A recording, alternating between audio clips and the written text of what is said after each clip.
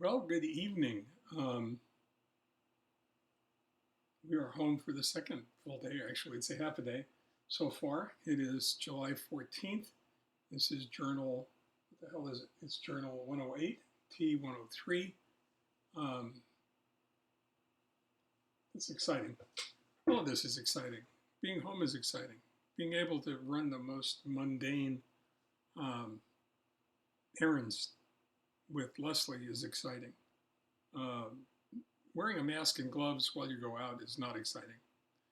It can be exciting when people start to look at you really out of the corner of their eye and wonder what that's all about. But what we've been doing is trying to take the mountain of stuff that blossomed so magnificently in Azusa and running back and forth to the hospital, mostly medical supplies and prescriptions and drugs that we're not going to take and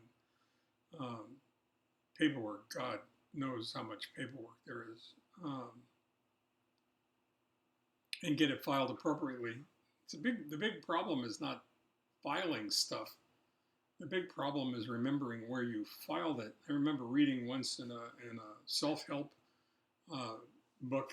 It said we've got more than enough filing systems. We need better retrieval system. And God knows that's the truth, isn't it? I spent probably an hour this morning trying to remember where I hid Leslie's computer. And the only thing I could say in my own defense is that it was hidden so well I couldn't find it for an hour.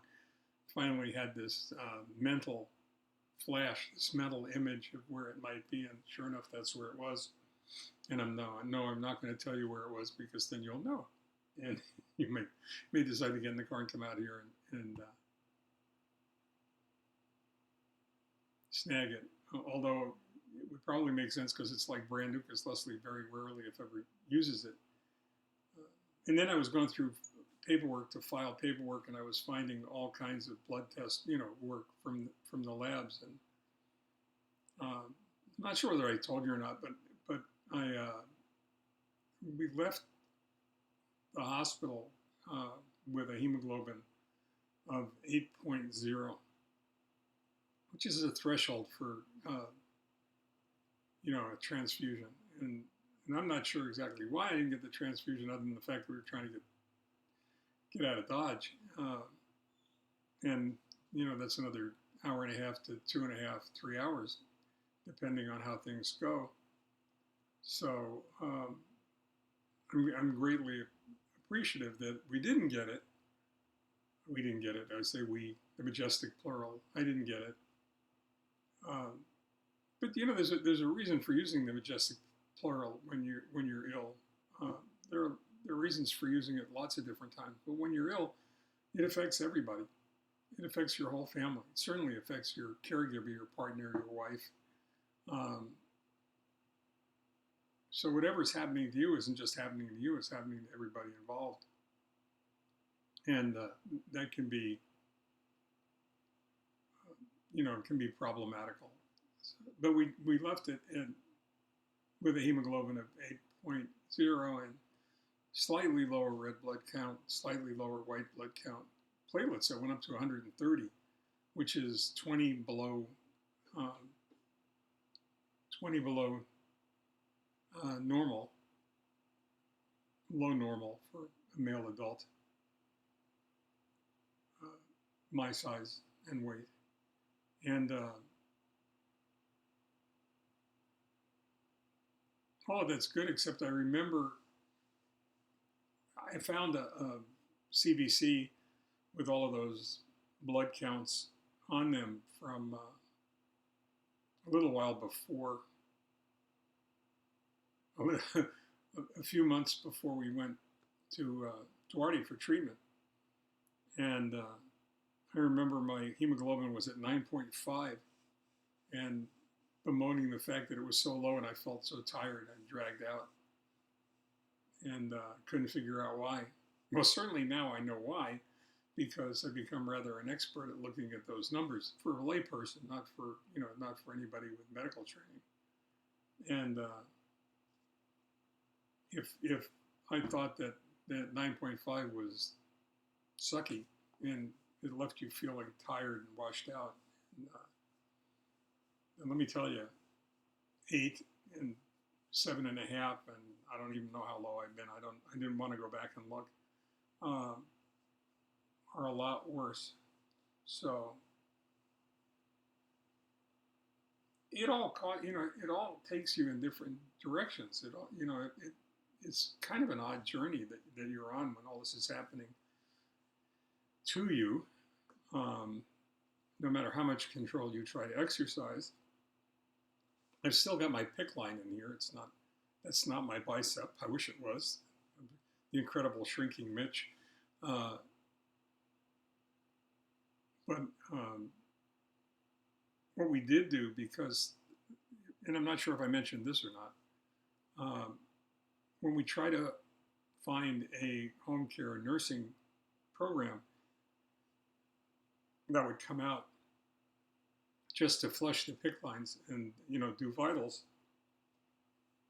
for the balance of the time that I'm going to wear the PICC line, that is going to be installed, nobody that the City of Hope does business with would do that.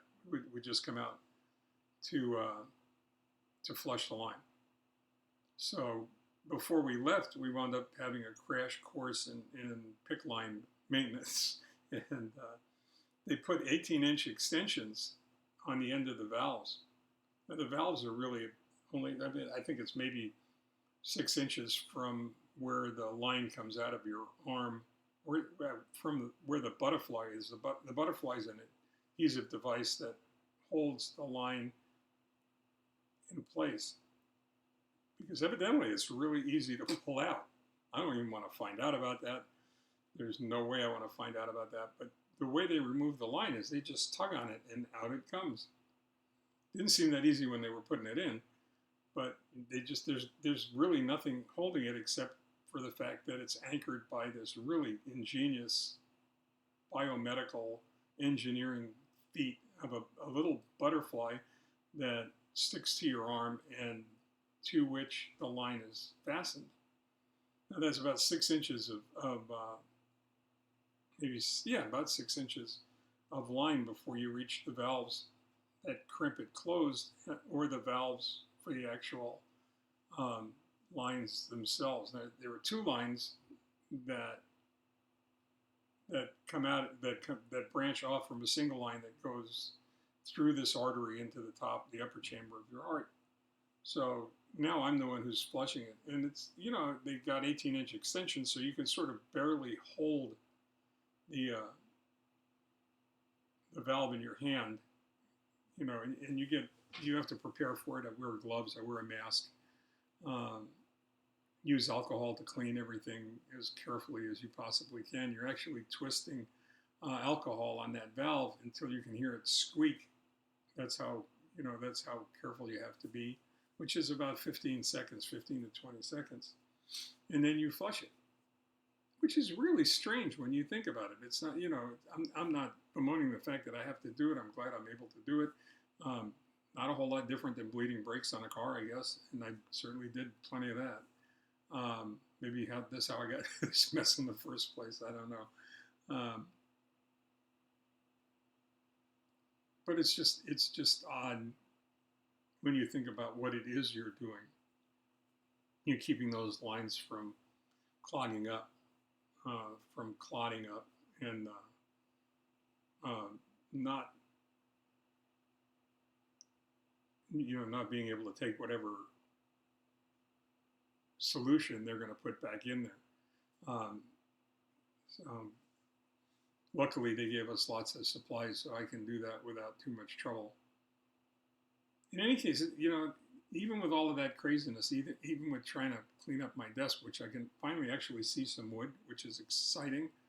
I can see the top of the desk, not all of it, not most of it, but some of it. And we're doing that. We seem to be making just a little bit of progress every day. And that's all you can hope for, I think. So tomorrow is another day, and we'll take another step. Tonight is another night which is going to be glorious. My wife finally gets to cook in her kitchen on her gas stove with 4 burners instead of just 1 induction burner. It's a happy little girl, I got to tell you. Happy to be home and happy to have things starting to flow back to normal, though it has been a riot trying to find everything, and trying to get back into that same groove that we were in before. In the meantime, stay well, take care. I can't wait to talk to you guys tomorrow. Being home is, as I said earlier, glorious. Thank you for taking this journey with me. Stay well, take care. Talk to you tomorrow.